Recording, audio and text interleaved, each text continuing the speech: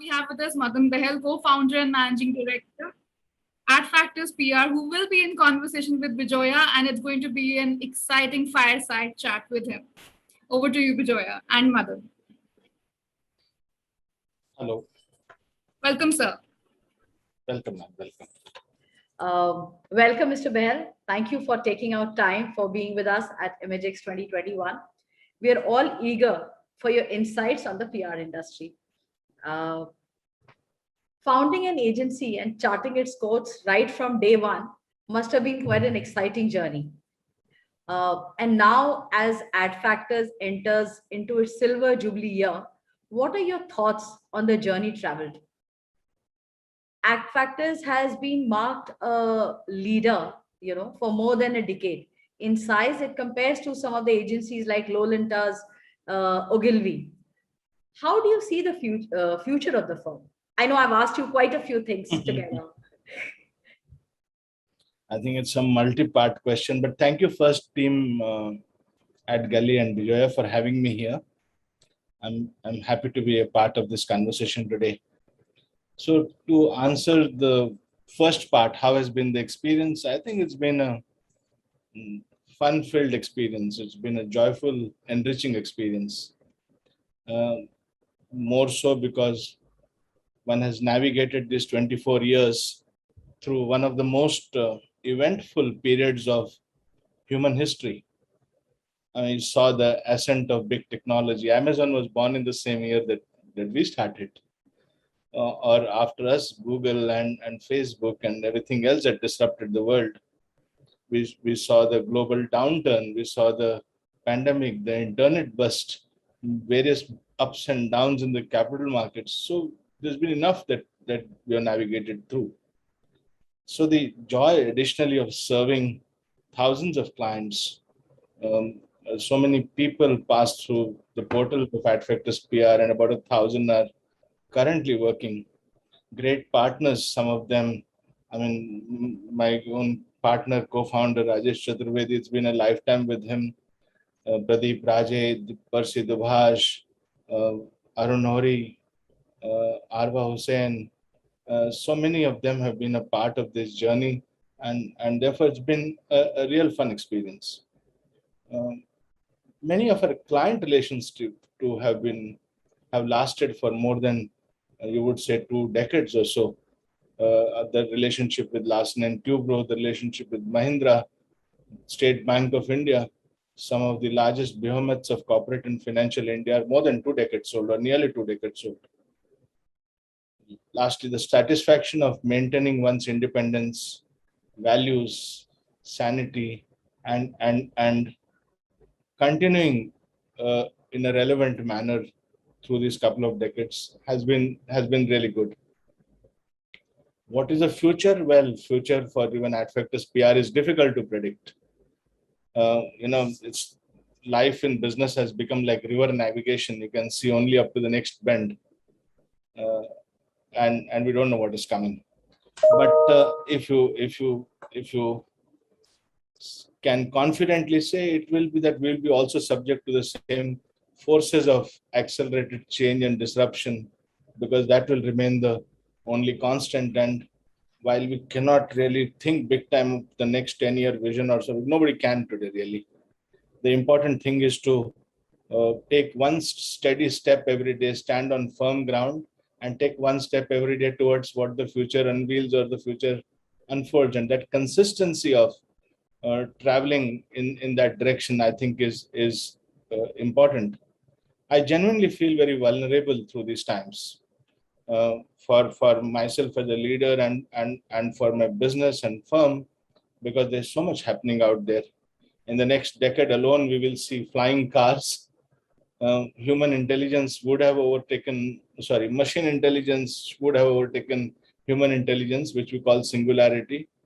There'll be advances in biotechnology, which will expand or extend human life by another 30, 40, 50 years.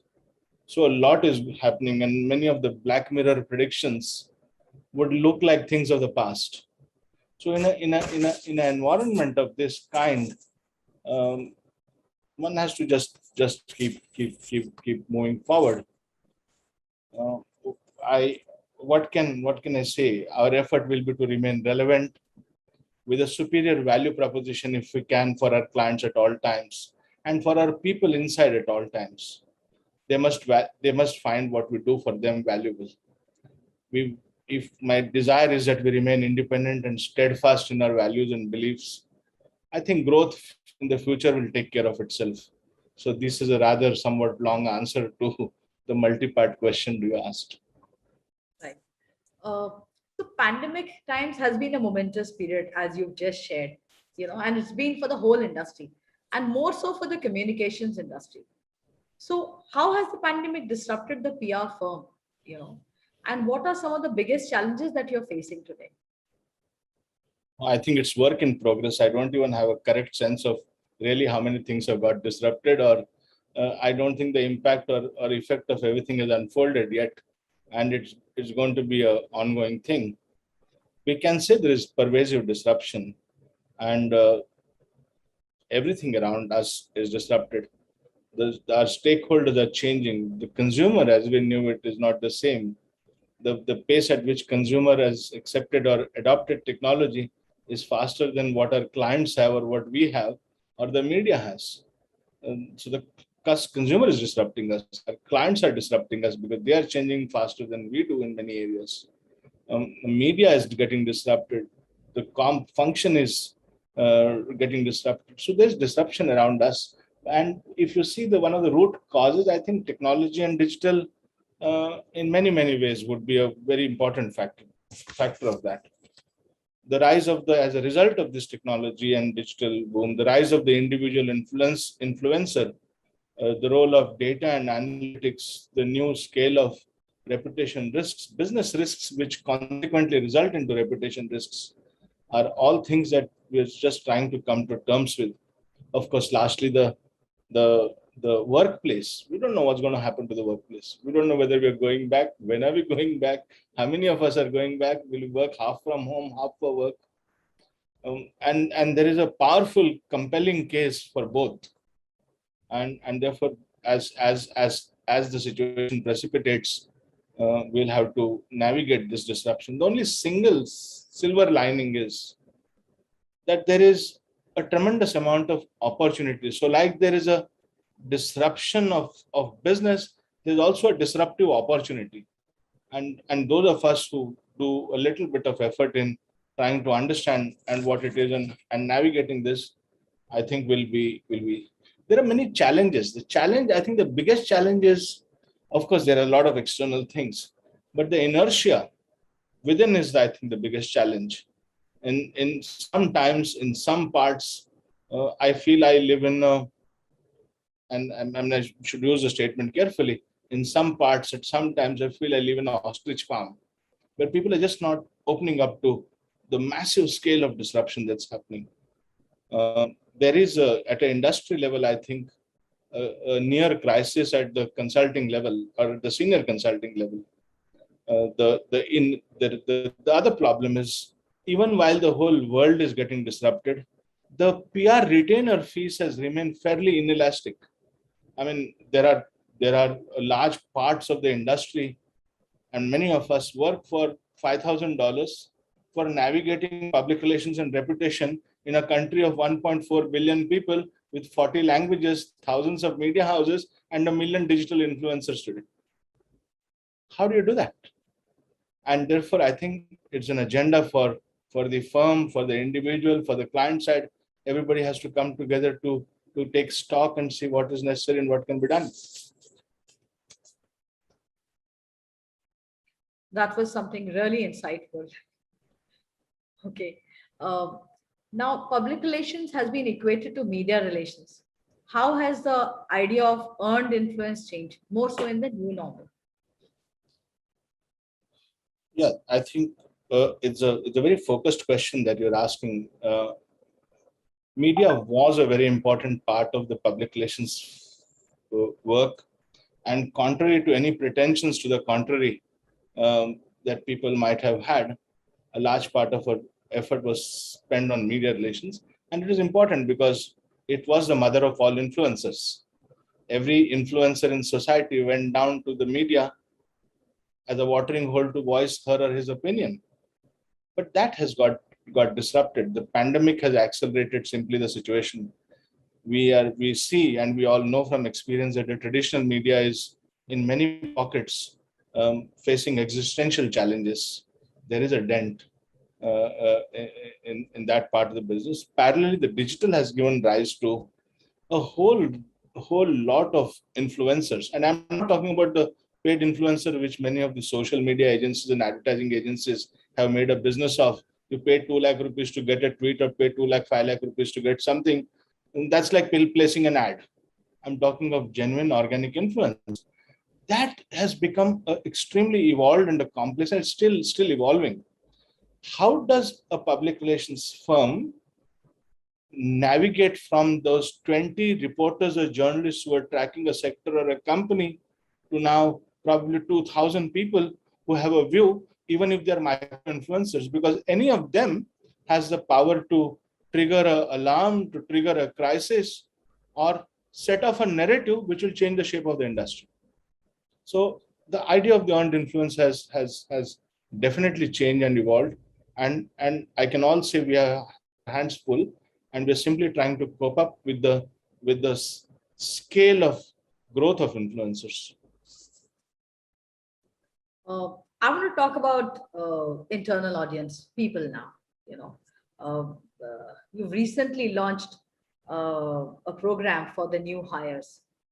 I think that was a really insightful thing.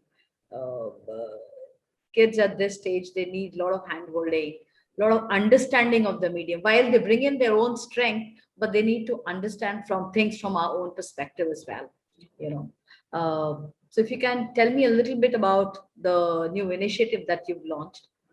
Also, in these challenging times, how do you make your internal audience and employees be the trusted voice for the brand and clients? So the answer to the first point is, I think the 150 people that we took from nearly 20 institutes from the campus is a part of a series of things that we're trying to do to transform the firm.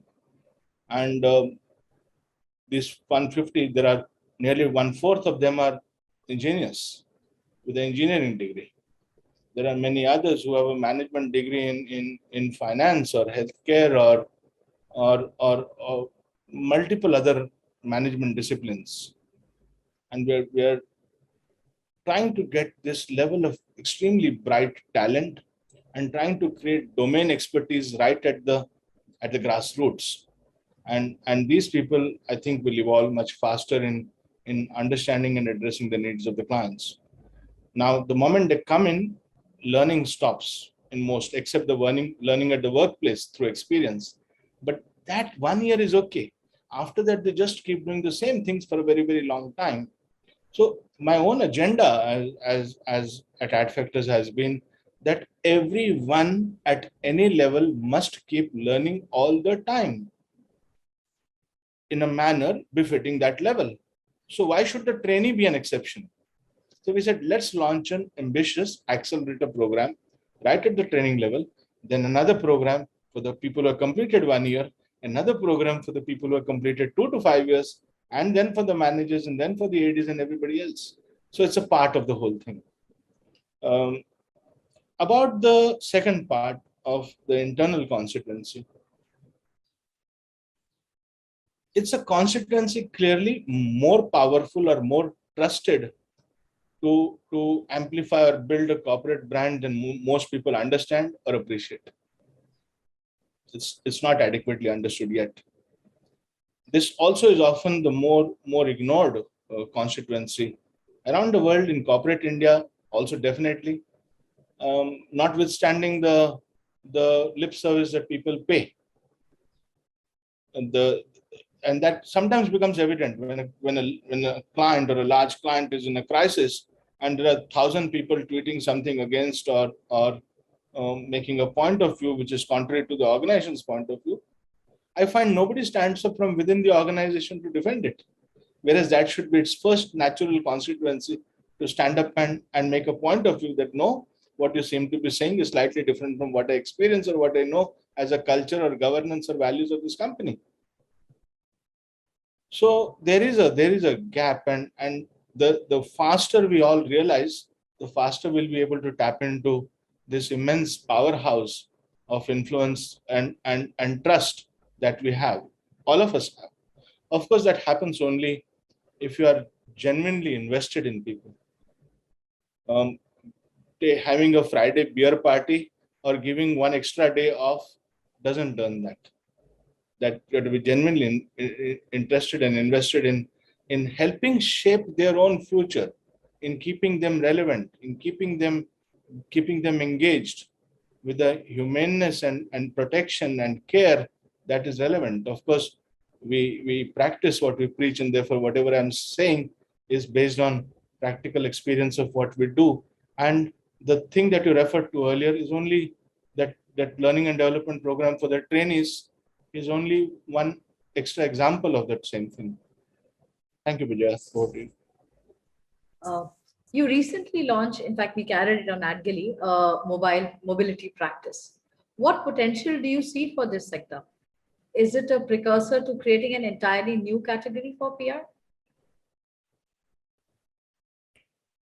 See, the mobility practice is an humble response to the signs of the times. Uh, Anybody who is watching the signs and the things unfold, even if you don't have a long-term view of the future, but the signs are already visible. If you see the massive disruptions which are impacting transportation mobility at large, or automobile industry at large, or any form of moving people and goods, let's say, these are disruptions driven by technology, artificial intelligence. Climate concerns are an important part of things. Demographic shifts are an important part of this. The issues of urban infrastructure, particularly in a country like India, the geopolitics of energy and everything else, and of course the ascent of the shared economy. All of this is disrupting the sectors, traditional sectors of automobile and various other things as we knew them.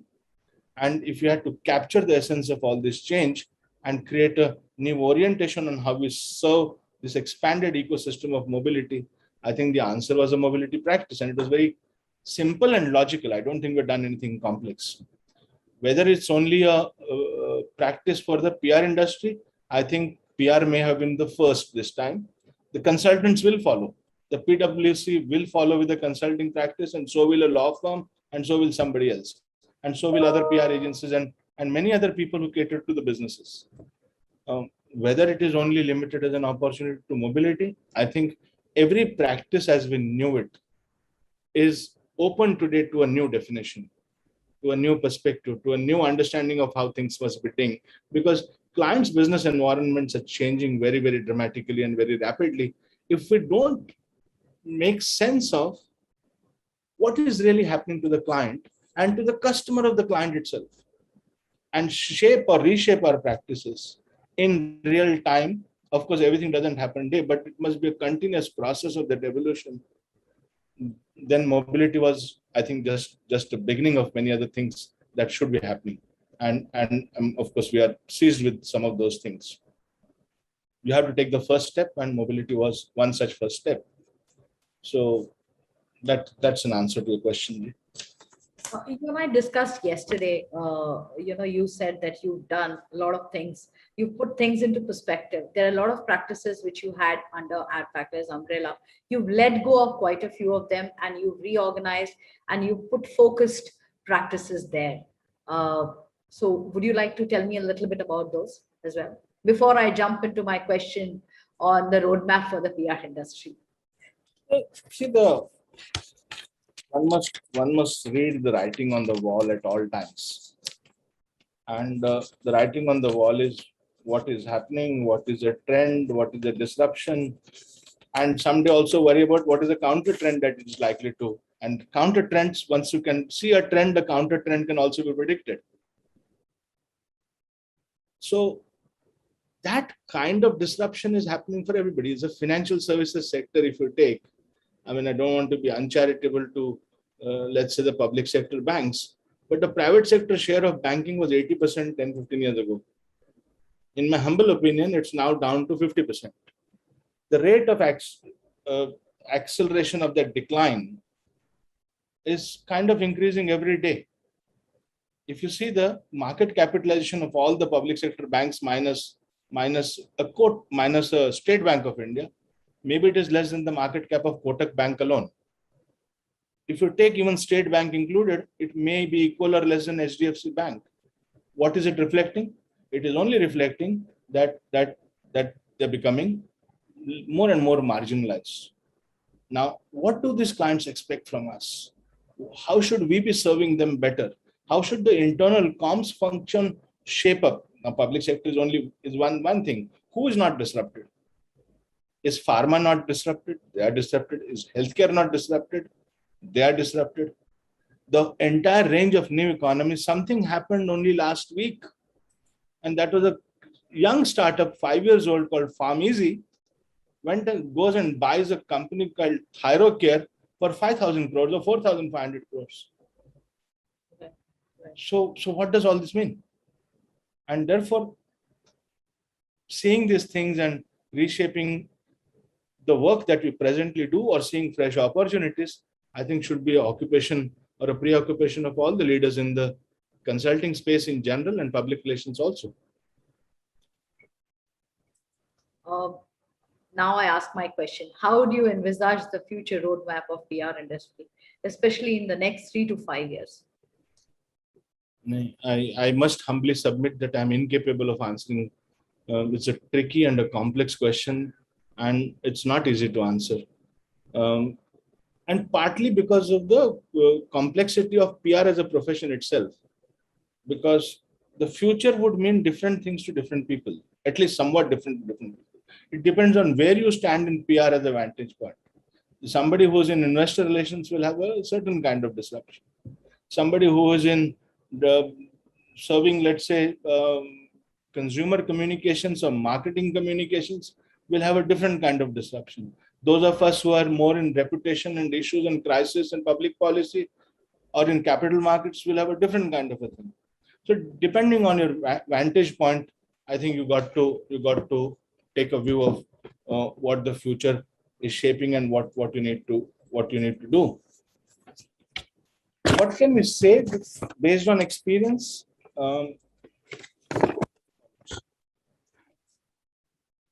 That there is an urgent need and opportunity both to reimagine the entire value chain. And I'm talking from personal experience that I am busy or my firm is busy, and I'm sure many others in the industry are busy. Just reimagining everything or redesigning everything. Whether it is the individual who works with us, whether it is the competencies of the individual or the firm, the way we have teams or practice areas, as I said earlier, the structure, the processes, the leadership, the relationships that we have with the world outside or with our clients or even internally. I think the framework of value exchange on what we do and what we get in return and what we give in return, all of that is open to reimagination. So it's not disruption or imagining the future on one dimension or two. It is just across the board. And the PR practice is in urgent need of these things because you have only two options. You are either having an existential threat or an exponential opportunity. I'll give you an example. I was going through the balance sheets of 20 public relations firms for the year 2020, financial year 2020. And I had in my hand the balance sheets of some 10 social digital firms in India. And this is a pre-pandemic year. And so much clarity of where things are going, that if you do the average growth of the 20 PR agencies, which are all the leading PR agencies, was 5% to 6%. Only. Arguably, some have grown 30%, and one may have grown 20%, and some may have grown between 10 and 20, and some may have grown 5%, and some had negative growth. But if you take the entire average, it's 5 to 6%. If you took the 10 digital firms randomly chosen, again, not the very marginal ones, significant ones, they had an average growth rate of 30% plus. So if there's a 5% growth of a mature industry, relatively mature industry, and a 30% growth of the digital guys are doing for doing the social digital work that they do, there is an urgent case for reimagination of everything. So one could then get into some granularity of what needs to be reimagined rather than just thinking of talking about change. I think the area where PR can do better and must do better is the use of research, data, and diagnostics at the core. That you cannot give advice without having a firm footing or a firm ground on which you stand and give advice. I mean, there are popular words like insights and all used, but I think research and data in a very wide sense is an important thing. Planning as a discipline, and if advertising was planning and everybody else was planning, why can't public relations also take to planning as a serious discipline? I'm not even going to strategic planning. I'm just saying plan everything that we do. Ask simple questions. The adoption of digital for stakeholder engagement and work productivity. I mean, there would be 20 tools which can make job of an account executive at least 50% easier. How fast do we adopt these tools and technologies itself will be an important thing for our own, because as I said earlier, the fees is inelastic. So part of the burden has to be taken over by productivity on an annual basis. Integration, but not in the way integration is understood of doing one tweet extra and one doing some digital work and doing something into a traditional piece. No, not that kind of digital. Digital in a very, very wide, integration in a very wide sense. And I think the urgent thing there would be, for example, embedding ESG, environmental, social, and governance credentials of an organization into their communication narratives. Because as the world demands accountability from the corporation, as business is held accountable for any acts of misdemeanor, it will be important that these credentials are presented again and again. And I think the last thing that will be important would be this whole idea of communications has to be, I think, seen in its perspectives, because I think it's a smaller idea. As a reputation consultant, I must understand that the reputation risk is finally a derived risk from some business risk. So I need to understand business. That being one, then how does reputation change? How it gets manifest? How do you manage reputation? How do you kind of take public opinion from one place to another? All of this will be critical, and we will have to become corporate. I mean, consultants in corporate behavior or conduct aligned to the expectations of the stakeholder, rather than only communication consultants who may be doing integrated communications or whatever. So there's a much more profound, because the one definition of public relations is that it is reputation or perception is 90% the result of actions and behavior, and only 10% comes from what you call communication.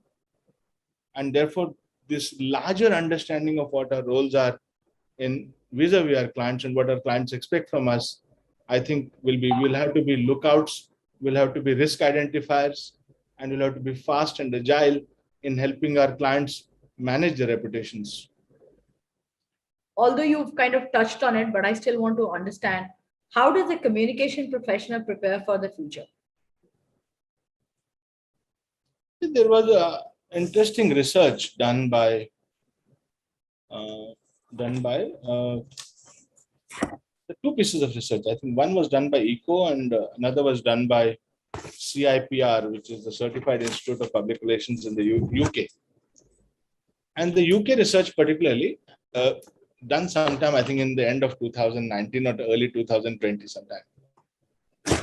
They spoke to two constituencies. One of them was the practitioner, and the other was the recruiter, meaning the person who offers a job. The practitioner's view of the future skill or competency was fairly predictable, which was to do with well, my writing skills have to be very good. Well, my media relations or influencer management capabilities have to be good. Well, I need to be able to do multimedia digital content and integration of all that. So far, so good. The first five were like this. But when you ask the recruiter, Their perspective was completely different. They said strategic thinking and planning for a public relations practitioner. Understanding of risk and crisis management capabilities. Management of resources in building ecosystems that nurture and support reputation. Multimedia digital capabilities, data and analytics. So this would have been the 5 for the recruiter. So there is a fair amount of misalignment between what competences the world is expecting from us and what we think are the competences. And taking clues from some of these things would help us in building the competences for the future. My last question of the day. One often hears PR folks complaining that they don't get a seat at the CXO table. Another expression one hears is that PR needs PR for itself. How would you like to kind of? Oh, I hear that at least one part of it has gone down a little bit, that PR needs a seat at the table. I see there is a decisive, definitive change happening there. I still hear PR need PR for itself, but that comes more for the consulting side and not so much from the comms side. So what would I offer as comments today? I think in general, if you take a historical perspective, public relations has been at the bottom of the food chain in the let's say constellation of professional services, whether management consultancy or tax consulting or legal or any of these consulting areas. I mean, there could be also boutique things like somebody, the supply chain consultant or an energy consultant. Business consulting in general, you found PR at the bottom of the food chain. Why? Probably because they were journalists trying to do all kinds of things, probably. But things are changing fast. The exponential rise of business risk, the demand for accountability, the entire clamor today of ESG worldwide. People don't want to invest money if you don't have a diversified board. Like the chairman of Goldman Sachs has said, I don't want to invest in all male, all white boards. Or the Rockefeller family issued a letter recently that got published on the front page of New York Times, saying that lenders should not invest in companies who use fossil fuels, or some 500, 400 billion coming from multiple sovereign funds dedicated to companies with a minimum track record of ESG. So this clamor is building up, and therefore it is not so much as a good thing to do, purpose as a nice thing to do or a good thing to do. If you are not doing that, you are at risk, because from your employee to the investor to the customer is going to favor somebody else who is doing things more responsibly and better. Now, in interpreting this, listening to these things, voices outside, the role of a communication officer inside the company and the communication consultant comes in somewhere or the other. And you have to help interpret the management on what the stakeholders are saying and demanding and how we should be. And therefore, once you get into the dialogue, you automatically have a seat at the table.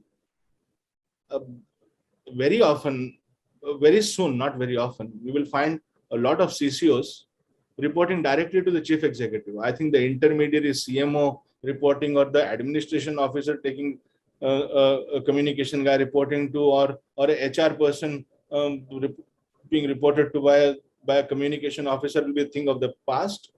The chief communication officers in at least the sensible, responsive, changing companies will report directly to the CEO and have an ear of the board of directors.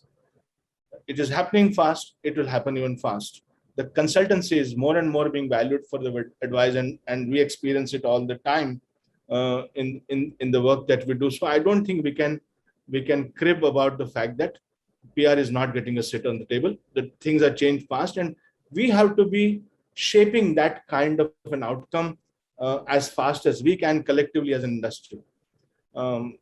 The part of whether PR needs more PR, well, I think the public PR's job is to do PR for others. And it doesn't need PR for itself. In fact, the more discreet a PR profession is and the PR professional is, you create value, you will get all the importance. So you don't need PR for like promoting you. You should just remain relevant and do the job well, and things will take care of themselves. So that's it, Vijay. That finishes my questioning, but I know there are a lot of people who put questions here. I'll put them for you, you know. So Bhaskar Majumdar has put in a question. In a post-COVID era, will the media mix for communication campaigns will change and digital and social media will be more in focus compared to traditional? Also, will it result in creative campaigns to make it engaging and meaningful, as creativity has always been way out of crisis? The answer to all this is a simple yes. All of this will happen. Other question is, what would be your one important advice for someone who's very new in PR and just getting started? How should one go about learning and growing in the PR domain? Ravi Motwani has put this question.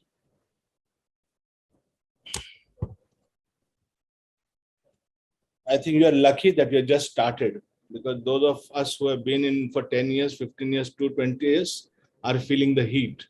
And you should not walk, you should start running from day one. There has to be a continuous acquisition of knowledge. So simple things like making reading a daily habit is a great thing. And the compounded value, the compound interest that you'll get on 5 years or 10 years of daily reading for half an hour is something simply that you can't understand. Getting comfortable with, let's say, simple, I mean, where will you spend most of your life, Mr. Motwani? Most of your life will be spent doing meetings, will be spent reading something or the other, or spent on Microsoft programs in front of a screen. If you want to save half your life, learn how to do these things better. Most people don't even know 1% of Microsoft Office. I know people who are having a speed X in writing a PowerPoint presentation or navigating a PowerPoint presentation or creating a PowerPoint presentation, sorry. And there are some others who are 10X faster, similarly with Excel or Word or anything. So become an expert in Microsoft Office. It will save you a lot of time. Reading, fast reading, how do you read that? So create all the productivity devices so that you have time for creative thinking and creative work. And I think the important thing is that the more knowledge you acquire, the more you see what is happening, the more data points you have, the more thinking and innovation you'll be able to do. So this would be simple advice. Of course, I find one other thing, that lots of people suffer from lack of social skills for entire lifetimes. I mean, I myself have been a victim of that. I made my first presentation when I was 36 years old because I was mortally afraid of making presentations. I attended my first panel discussion only when Amit Prabhu invited me to a discussion some 7-8 years ago, which means when I was 55 or 56, out of fear of public speaking. If that is your fear, then, well, of course, the new millennials don't have that fear. True. Right. But overcome that. I would often not go to parties which were very formal, let's say. I would have a mortal fear of, using the knife and the fork. I wouldn't know which side of the table, the wine. All of this can be learned in like 2 sessions. But we keep ignoring them for a lifetime and keep being diffident or defensive in our approaches to the world. And I mean, one can write out an article saying 10 things a youngster must do to fast forward life in public relations. And someday maybe I'll just pen down some of these thoughts. Media Value Works team asks, do you have any insights on international PR that Indian agencies carry out? There could be, do you think there's a scope out there for that? The pandemic has broken the boundaries, no? Today, you can hire a person. Now I'm going it from a different point. I today can hire a person. I have one consultant now working out of Portugal. I have somebody working from, if you can work from Chunabatti, you can also work from Cincinnati. Chunabatti is a small suburb or part of Bombay. So all the boundaries are broken. The boundaries are broken for where the client is, for where the resources are, where the media is. Of course, the media there should find your story relevant. So you can directly reach out to, for example, if you have a person who is into, let's say, supply chain, there will be 10 global supply chain portals who can pitch the story from here itself. Of course, the social media content marketing takes care of audiences everywhere in the world because digital access is there to everyone. So there are lots of possibilities for doing international PR. Once you know, as Mayank said in the earlier thing, once you know who your customer is, how does he or she consume information, then drawing a program today to deliver to any constituency, domestic or international, is not such a big issue. Right. I have a few more questions, but I don't think you've kind of covered them mostly in your discussion that we had. And in case there are the other questions, I would send them to you and they can be addressed offline. I hope that's okay with you, sir. Yeah, I'm fine, man. Um, I Thank must you say very much. you're leaving us with a lot of profound insights to mull over in the coming weeks and months. We are very keen to make a continual process of communication and review the progress from time to time. There are several important takeaways for the industry for which we are very thankful to you for sharing them with us so generously. We look forward for more such insights from you in the near future. Thank you, sir. Thank you for giving us time. I Thank will send across some of the questions that have come to us. They're really insightful and interesting. And I'm sure the industry can draw some insights and inspiration from the discussion that we have today. Yeah. Thank you so much, sir. I'll Thank be you happy, for being with us. Thank happy you. to be here, man. Thank you, and thank you Thank very you much. for supporting us before you leave this virtual stage. Thank you for your support. Thank you.